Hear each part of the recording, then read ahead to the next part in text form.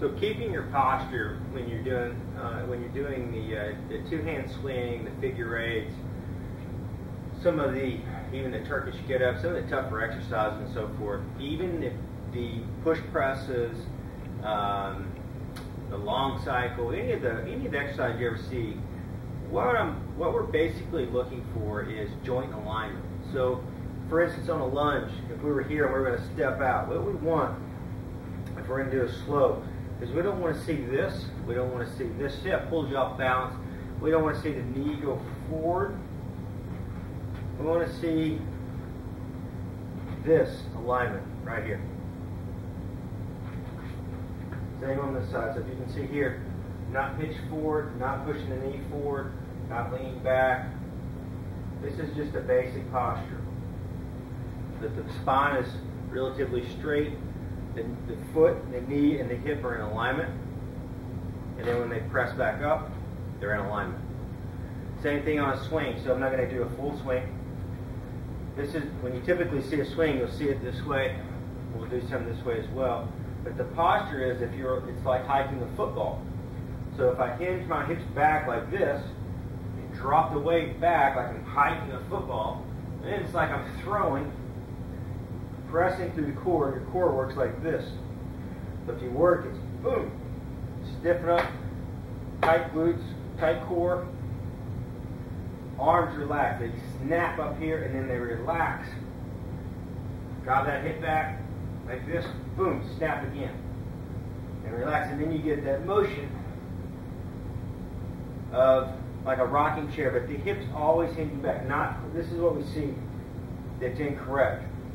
You'll see postures like this, or doing kettlebells like this, trying to guide the weight.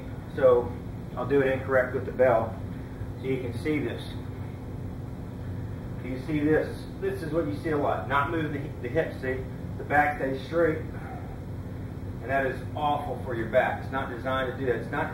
You got to think that if you're taking this weight and you're going to throw it. Now, I wouldn't recommend you doing this, but it's like if you took a box and you grabbed it, you had to throw it. Bale hay, you had to take that and chunk it over something. This is what it looks like. See, really relax.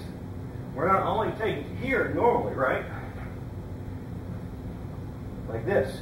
But the feeling is that you're throwing that weight. You're taking it here and you're throwing it. Exploding. It's tight right here, tight right here. You're flinging the arms like it's like taking a frisbee and flinging the arms, but you're taking them, flinging them up like this.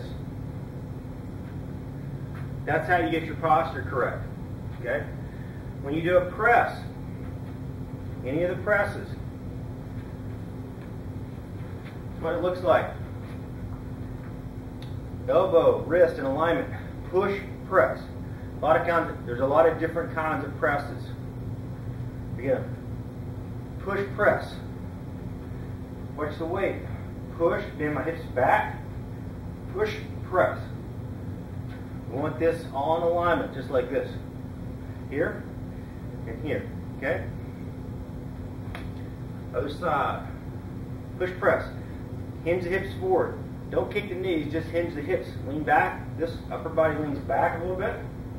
Kick the knees, press. It's really tight. This is the problems we see. Like that. Out here, not hinging at all. You have to hinge. You have to keep this touching the ear, just like this. Back down, straight line. Push, press. Okay. Watch your postures. All your postures should be good joint alignment. Okay, if you're doing a bicep curl, good example, a bicep curl. So if you go a hammer curl like this, you don't go like that, right? It's like this, joint alignment. So when you do, for example, we do the hammer curl with the twist or the reverse bear, you're going to go here and twist. What you'll notice on the postures with this is it's not like that. We're keeping core tight, elbow, wrist, hinge up, twist, spine is straight, back, let it down straight, here, up, boom. Same on the other side. So, it's very important. All your exercises, you're looking for good alignment. When I do a deep squat, I'm not looking for this, I'm not looking for that. You're not looking for all this. You're looking for, as you go down, that you're keeping your weight 50-50 in your hips, and your spine's not bending back. It's staying underneath like this, right? So you got good center of weight, not this way, not this way. That's not the problem you usually see. It's this is what you see. Or you see this on a deep squat. Get the hips underneath, push your pelvis underneath you, sink down as low as you can, and keep good joint alignment with the left side and the right side. Okay? Always watching your joint alignment. Come back to this video and watch. The easiest way to do this, matter of fact, while I have the video running, I'm going to show you.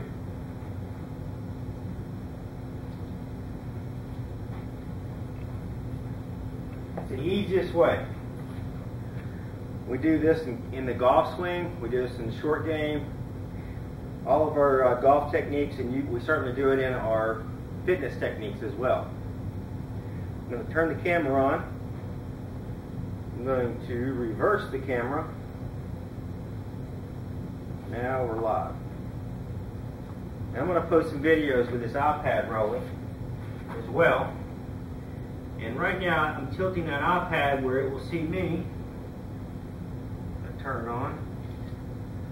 The wrong one right there. Let's put it on video. Now I've loaded the new software. It is interesting. Trying to find everything. So here I am.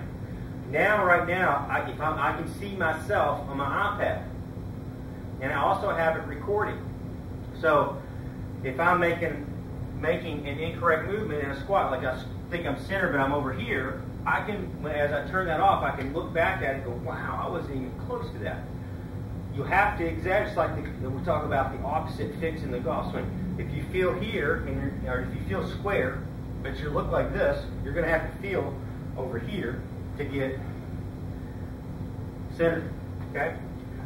We also encourage the side swing, just like this. Hinge back, hinge up, hinge back. No weight when you do this.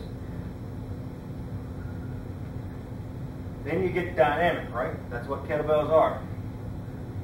Okay? Then you look at your push press. Here. Relax. Push press.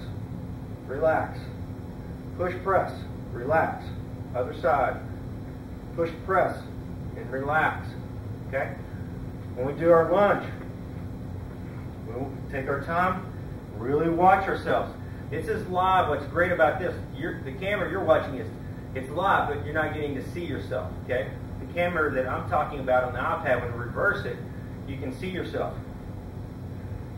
See the instability, the knee going this way, that way. If I'm twisting, torquing, if I go this way and the knee is over the foot, I go, oh, that's wrong. Then I can correct it. Now, I will say, when you do this,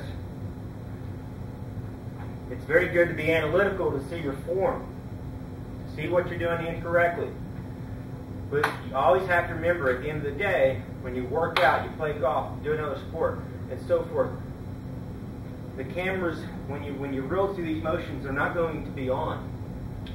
So I highly recommend that you practice this and you study it for 2 or 3 weeks. Once you get good and you see your form is correct, you can feel yourself in space.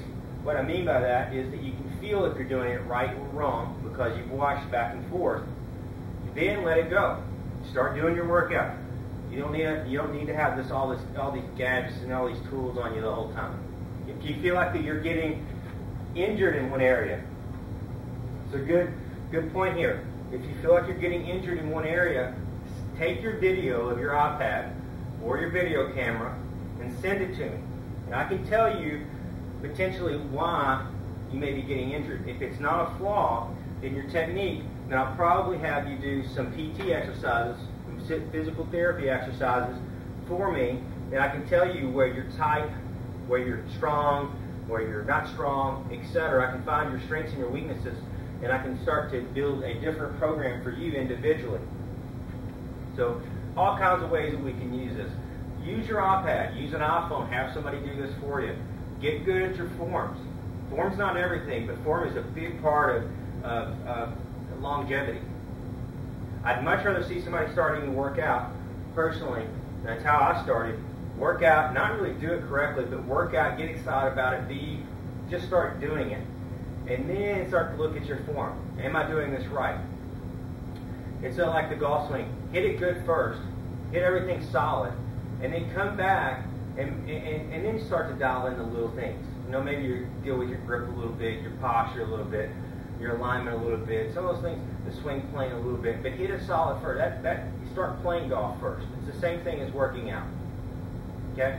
Not to get you spread out all over the board here, but it is like that, and if you will just take your time, check your postures after you get started, you will start to see, wow, I did not know I was doing that. I did not feel I was doing this or that or whatever. And it's such a great way to reference yourself and to be able to come back, correct it, look at it, and then start to trust that your workouts are really solid, really good, without having a PT or somebody like myself, a personal trainer, look at you and have to always correct. A lot of times that's the wrong thing. You'll hear a personal trainer say sometimes, for example, in what I do, I'll have to tell the same person 100 times. 100 times in a session that they're not doing it right. And they learn zero, because the next time they come in, they do the same thing. That's very common. Happens in the golf swing as well. If they would just take their video and learn themselves, it takes them 2 seconds to realize how goofy the looks that they're creating are. And then they can start to correct it. So video is a great tool. Once you get it down, get away from it, do your workouts. I really hope this helps you on both sides. I'm going to upload this video from the iPad so you can see what I was doing here. And then I'm also going to upload this video, obviously, so you can see postures and forms. And anyway, it's been a lot of fun. See you next time.